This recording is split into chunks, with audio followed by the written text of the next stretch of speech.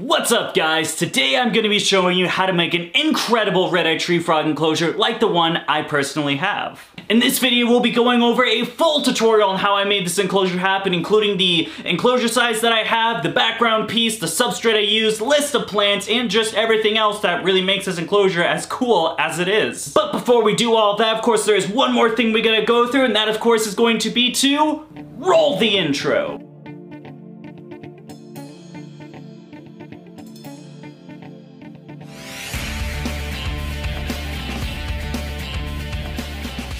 And kicking things off, we're gonna start with number one, the enclosure size. The enclosure size I used for my red-eyed tree frogs is going to be a 29-gallon tall. However, you can use a couple of other different designs. Of course, the 18 by 18 by 24, a 20-gallon be a little bit smaller. However, I really enjoyed the height of the 29-gallon and the width. You can really get that almost panoramic view of the amazing plants in background. It doesn't matter too much on how big the enclosure size is, of course, as long as you're reading those minimum requirements. If you guys don't know what those are, I do got a little red-eyed tree frog video right there. However, I always say bigger the better when you're going to a planted vivarium, just because that gives you more room to work with the plants themselves, and it also gives the animal a little bit more space to jump around, which is always a added benefit for them. But now that we have the proper enclosure ready, I guess that brings us to number two, the background piece.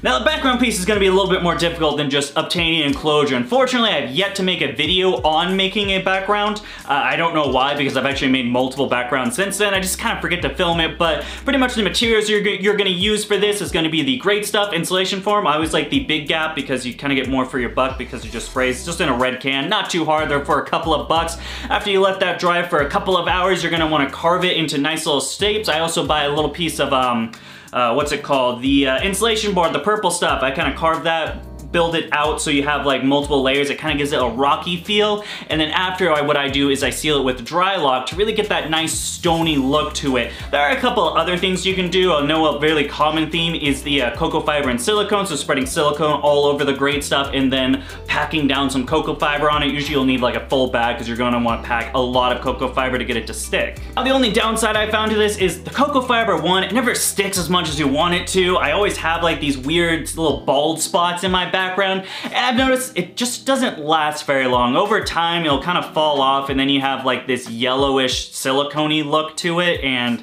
it just doesn't look, it looks good in the beginning, does not look that good after, which is why I usually opt for this silicone or the dry lock before or instead, just because I like the look of it a little bit better and it lasts a lot longer. With that all being said, we still got a couple of topics to go about. Now that you got the enclosure, you got the nice background piece, it's time for step number three, which is going to be choosing the proper substrate. Substrate is probably going to be the most important part of this for the longevity of the enclosure. You don't want to use some crappy substrate, let's say just like Eco Earth or Cocoa Fiber, anything like that, just because of the fact if you're planting plants in there, it's not going to have any of the nutrients in there and the plants are just going to die eventually. So it is very important to get the proper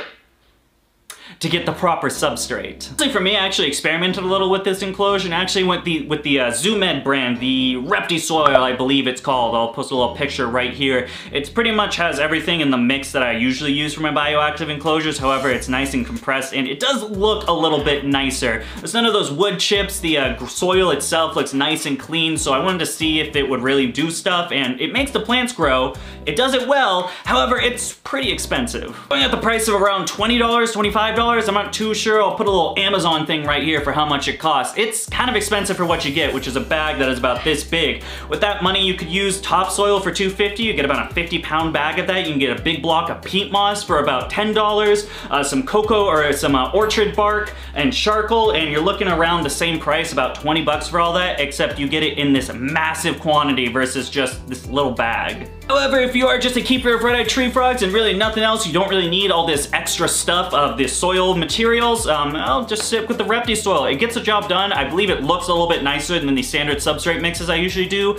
The cost efficiency is just a little bit why I'm a little hesitant to really recommend it. But alright, we got some stuff going on. We got the enclosure, we got that sweet background, we got this nice substrate in. Now it's time for the best step of all, step number 4, planting the actual vivarium. There are a large list of plants you can use for red-eyed tree frog. Here's a little list right here of that. However, honestly for me, It's just pothos. That's really all it is. You get this really nice looking enclosure with literally just pothos. I've had a couple of different ivies in there over time, however, through the multiple years that I've had these guys, it just kind of dies over time, and the pothos just really grows, it's really roots down, and it makes these amazing vines and leafy greens, and pothos is indestructible. That is the favorite thing about pothos. You can literally put it in anything, dry environment, wet environment, literally just in water. It'll grow. Pothos is incredible. It is the best thing any reptile keeper that really doesn't have a green thumb can get.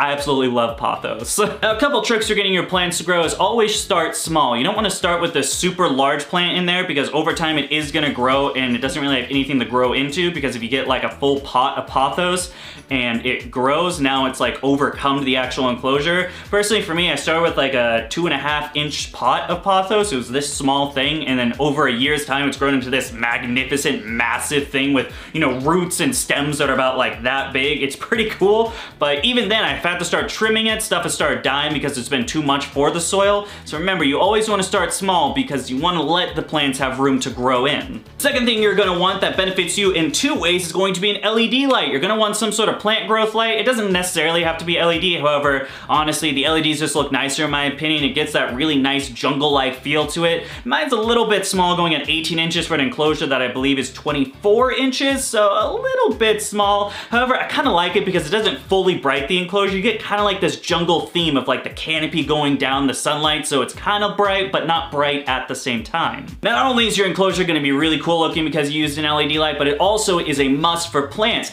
Now again, pothos, another amazing thing about pothos is the fact that it can really grow in anything, low light, high light, it's kind of cool. However, you do want an LED light if you really want that plant growth, or if you're using other plants besides pothos.